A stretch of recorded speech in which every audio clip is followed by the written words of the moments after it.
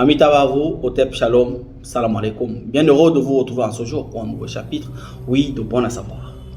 Le bon à savoir a été demandé par un abonné depuis le Cameroun qui a posé la question de savoir, Wamash, peux-tu nous parler des conséquences de l'inceste?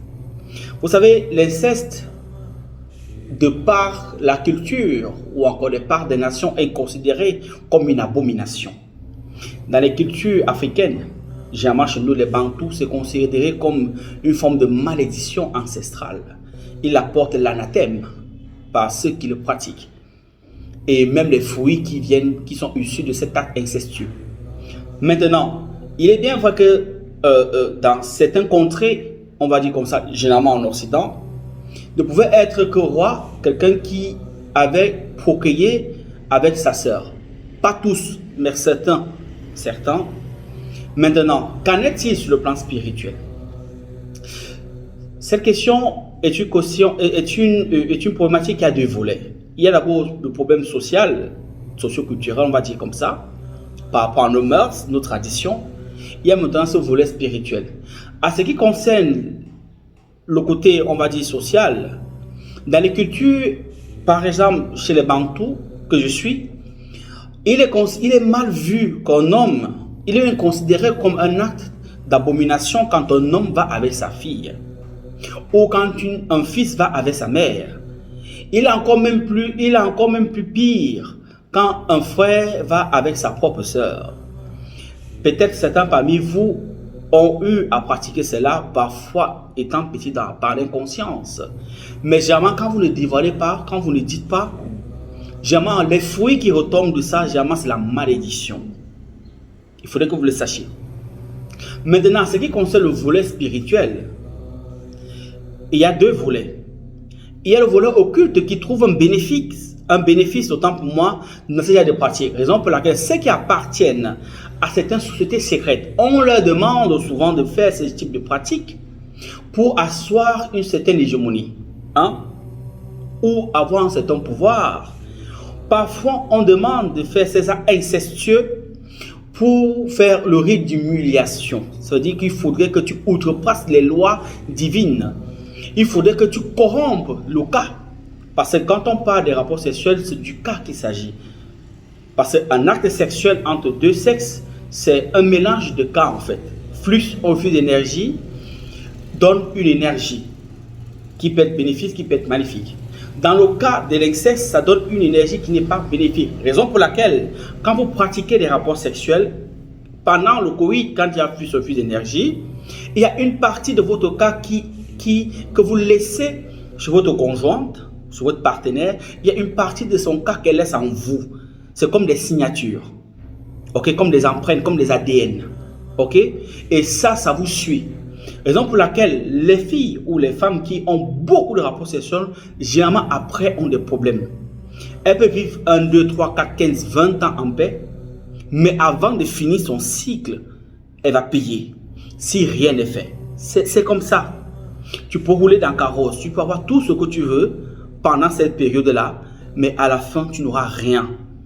La nature aura du vide, c'est comme ça. Maintenant, si on se targue juste sur l'inceste proprement dit, qu'est-ce qui peut pousser un homme à aller avec sa fille? Prenons ce cas tout simplement. Ça peut être un problème psychologique. Ça, c'est ce que la science va nous enseigner via les psychologues. Ça peut être un problème scientifique, ça peut être un problème de manque d'affection, ça peut être. Mais ces gens parfois souffrent des pathologies qu'on ne peut pas comprendre. Ça, c'est un volet. Mais comment un homme sensé, un homme normal, qui a mis son enfant au monde, la chair de sa chair, se retrouve en train de cocufier avec sa propre fille ou son propre fils? Vous expliquez ça comment? Ou un homme se retrouve en train d'aller avec son neveu, son cousin. D'autres même vont plus loin, c'est-à-dire un homme, il va cocufier avec son cousin ou son neveu pour le violer. Vous pensez que c'est quelqu'un qui est normal? C'est un malade. Il apporte non seulement la malédiction sur l'enfant, oui, et il verse en lui, on va dire comme ça, ces amargas d'énergie négative, on les appelle généralement des déchets, on appelle ça les miasmes. Et parfois même, il peut m'arriver, si le petit commence à prendre le goût, ils vont créer des esprits qu'on appelle les esprits du Bacchus vivant ou l'esprit des incarnés qui vont commencer à tourner autour d'eux. Et c'est ceci amène généralement la malédiction. Vous voyez, certaines familles, parfois, personne ne prospère. Parfois, c'est même pas le fait de la sorcellerie. C'est que parfois, la maman cache ou le papa cache des actes incestueux. D'où les filles ne se marient pas. D'où les enfants mariés du pont, personne ne progresse. D'où parfois, le père sait ce qu'il sait. Il couche avec la fille, mais on nargue la maman. Vous allez voir parfois certaines familles où le papa est tellement attaché à sa fille, que la maman même commence à être jalouse de sa propre fille. Certains parmi eux, c'est naturel. Il aime sa fille, s'appelle la première, s'appelle la deuxième, s'appelle la cadette, nanana. Mais parfois, c'est parce qu'il y a parfois ces liens qui les lient. D'autres ont des institutions occultes où on leur impose ça. Que si tu vas avoir certains pouvoirs, si tu vas avoir certains accès à certains démons ou à certaines évocations, voir ce qu'il faut faire. Il faudrait que tu dérègles l'horloge cosmique parce que faire un acte incestueux avec la chair de sa chair est un acte incestueux. Parce que le sang est corrompu. Et le sang ne peut qu'être corrompu quand c'est un sang de même nature. Parce que le sang est considéré comme l'âme.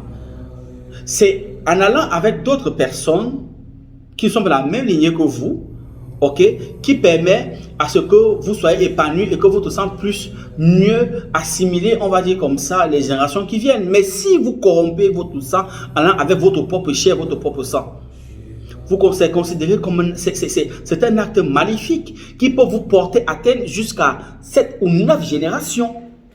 Donc il y en a ceux qui subissent là aujourd'hui le coût de la vie, la misère, des problèmes. Elle n'arrive pas parfois à enfanter alors qu'elle n'a jamais fait un avortement. Parfois c'est ça. Vous voyez un enfant parfois ressemble trop à un tonton ou une tantine ou jamais à un tonton trop plus que le père même parfois. Si on se pose des questions, parfois c'est le coup du hasard. Parfois c'est le hasard. Mais parfois si vous fouillez au fond, vous voyez que non. En fait, il cocofie avec l'autre. Voilà. Parfois, il a fait l'enfant avec sa propre sœur. Il y a des cas comme ça. Et parfois, ils ne disent pas. Donc, c'est une pratique qui est beaucoup bannie, même dans beaucoup de livres saints. Il est prisé par les sociétés secrètes occultes. Parce que derrière cet acte-là, il faut humilier la création. Il faut humilier, autant pour moi comme ça, Dieu. Il faut faire que l'homme soit rejeté comme ça dans les lieux les plus sacrés. Alors, quelles sont les conséquences de ce type d'actes? De ce type d'actes, autant pour moi. Une pratique incestueuse vous enlève la grâce. Une pratique incestueuse vous enlève ce qu'on appelle l'autorité spirituelle. Une pratique incestueuse vous enlève les vertus spirituelles. Une pratique incestueuse enlève aux pratiquants, on va dire comme ça, si rien n'est fait, ou aux fruits qui va sortir de cela, les fruits de l'Esprit Saint, ou encore les 9 dons de l'Esprit. Une pratique incestueuse, comme ça, fragilise le fruit qui est sorti de cet inceste-là, de cet acte incestueux. C'est-à-dire l'enfant ne sera pas fort. Il sera un enfant, oui, il a le sang normal, mais son sang n'est pas, c'est le sang d'une même chair. C'est-à-dire le sang n'a pas vécu une expérience autre que l'expérience de son père et de sa mère qui n'a que le même sang. C'est-à-dire ça n'a pas évolué. Du coup, son sang est corrompu. Et c'est lui aussi pour que plus tard, ces enfants-là auront ces mères. Si ça ne prend pas dans sa génération, ça prendra ses enfants. C'est comme ça. Et le sang appelle le sang. Il y aura tout cet acte-là. D'où vous allez vous retrouver avec les enfants comme ça, d'autres se retrouvent avec des orientations sexuelles qui n'ont même pas de sens. Il faut savoir que parfois, c'est ça. Parce que c'est un mélange de sang. Et cet acte sexueux vous donne des, vous mettez, parce qu'à chaque acte, vous mettez, quand vous allez avec une femme, vous ne le dites pas souvent, ou avec un homme, il y a un cachet de sa part que vous mettez, une partie de ce cas qu'il laisse en vous, mais c'est aussi comme, on va dire, une valeur numérique qui s'imprègne sur vous. Alors, tu es à ta propre soeur, tu fais un enfant avec elle. Cet enfant-là va produire quoi? Puisque vous avez le même sang, ça veut dire que vous avez le même, vous avez, on va dire, vous avez le même sang. Ok, ce même sang n'a pas évolué parce que ça a la même expérience, puis vous avez le même arbre généalogique. Il faudrait qu'il vienne de l'autre côté pour d'autres expériences pour que cette union-là puisse faire évoluer l'enfant. Voilà comment ça se passe. Mais si ce n'est pas le cas, l'enfant aura des faiblesses, il sera sujet à beaucoup de choses. Des maladies, parfois, d'autres même vivent normalement, il n'a rien, mais c'est la descendance qui va payer. Parce que, peu importe le temps ça prendra, il faudrait bien que l'affront qui a été causé par la nature soit payé. Il faut que vous le sachiez en fait. Donc, les actes dont les conséquences de ces actes-là, il y a ce que j'ai cité, il y a un acte causé par cet acte incestueux, comme je disais tantôt, pour aussi être, on va dire comme ça, la désacralisation. Vous perdez ce manteau sacré. Ok? Ça peut aussi être, avec cet acte incestueux, vous pouvez aussi perdre, comment on appelle ça souvent, vous perdez aussi votre manteau divin. Votre manteau divin. Vous perdez votre protection, on va dire comme ça, ancestrale. Parce que vos ancêtres vous tournent le dos, hein, une fois que c'est fait, vos ancêtres vous tournent le dos. Vous perdez ce manteau-là qui vous revêt. Parce que chaque ancêtre, chaque être humain marche avec ses ancêtres partout où ils sont, partout où il est. Chaque fois que vous mangez, vous buvez l'eau. Quand vous faites ces actes-là, ils sont là.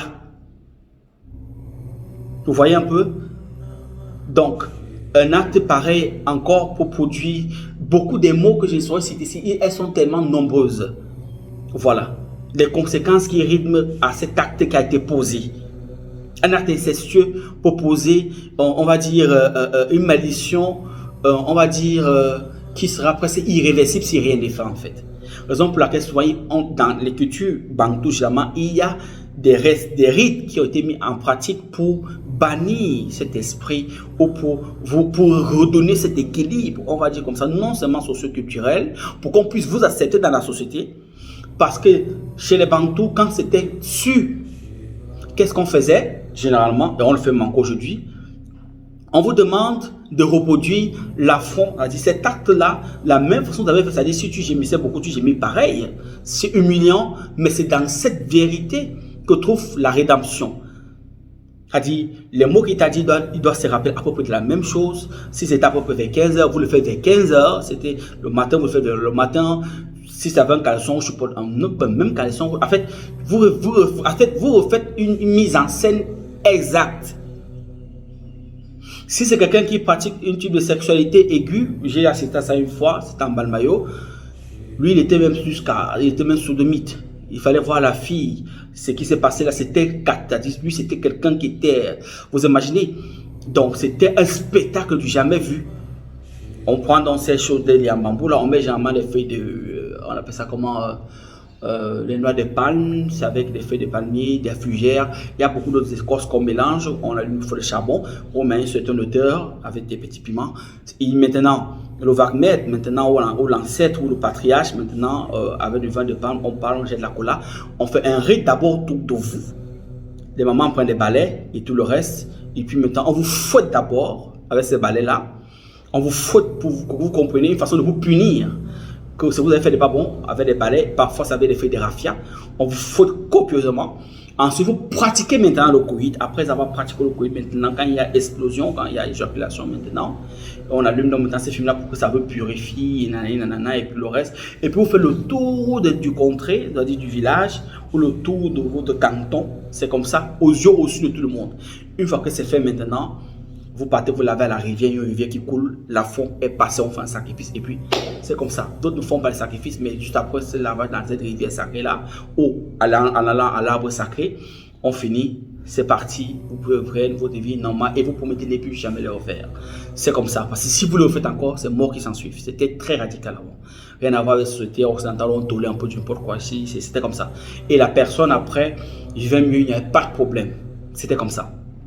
Donc, les actes incestueux parfois créent parfois des enfants. Vous voyez parfois un enfant, une maman met les enfants montent bizarre, mais c'est qu'elle a couché avec son père, mais elle ne dit pas. Elle reste tranquille. Or, c'est cet acte-là qui vous suit. Donc, faites très attention. C'est des choses qu'il faut éviter.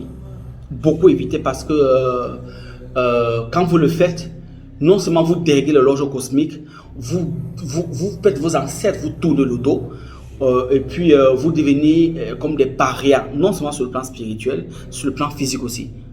C'est un truc qui est rejeté par la société actuelle et même la société avant, c'était rejeté. Donc, si une multitude de personnes refusent ces genres de pratiques, il faut comprendre que c'est pas bon. Voilà, il n'y a pas un plaisir en allant avec sa propre soeur ou son propre frère. Il faut quelqu'un qui a quelque chose qui cloche dans la tête en fait. Voilà, d'autres même vont avec des cousins, des cousines, croyant que ça va aller. Si vous le pratiquez, franchement, attendez voir la suite. Vous verrez. Vous pouvez là bien, vous fréquenter, tout va normalement. Mais quand ça va ouvrir, parce que peu importe, la montre tourne. Quand ça va arriver, ou le temps où la décharge va commencer, vous allez croire que le ciel vous est tombé sur la tête. Vous allez faire tous les lavages du monde, vous allez faire tous les... Allez vous confesser même à l'église, ça ne change rien. Il y a des rites pour ça. Voilà, donc, Amitabha vous, Otep, c'est un plaisir de partager ça avec vous. C'est un roman de plus de 237, c'est l'Afrique qui gagne. Aigle.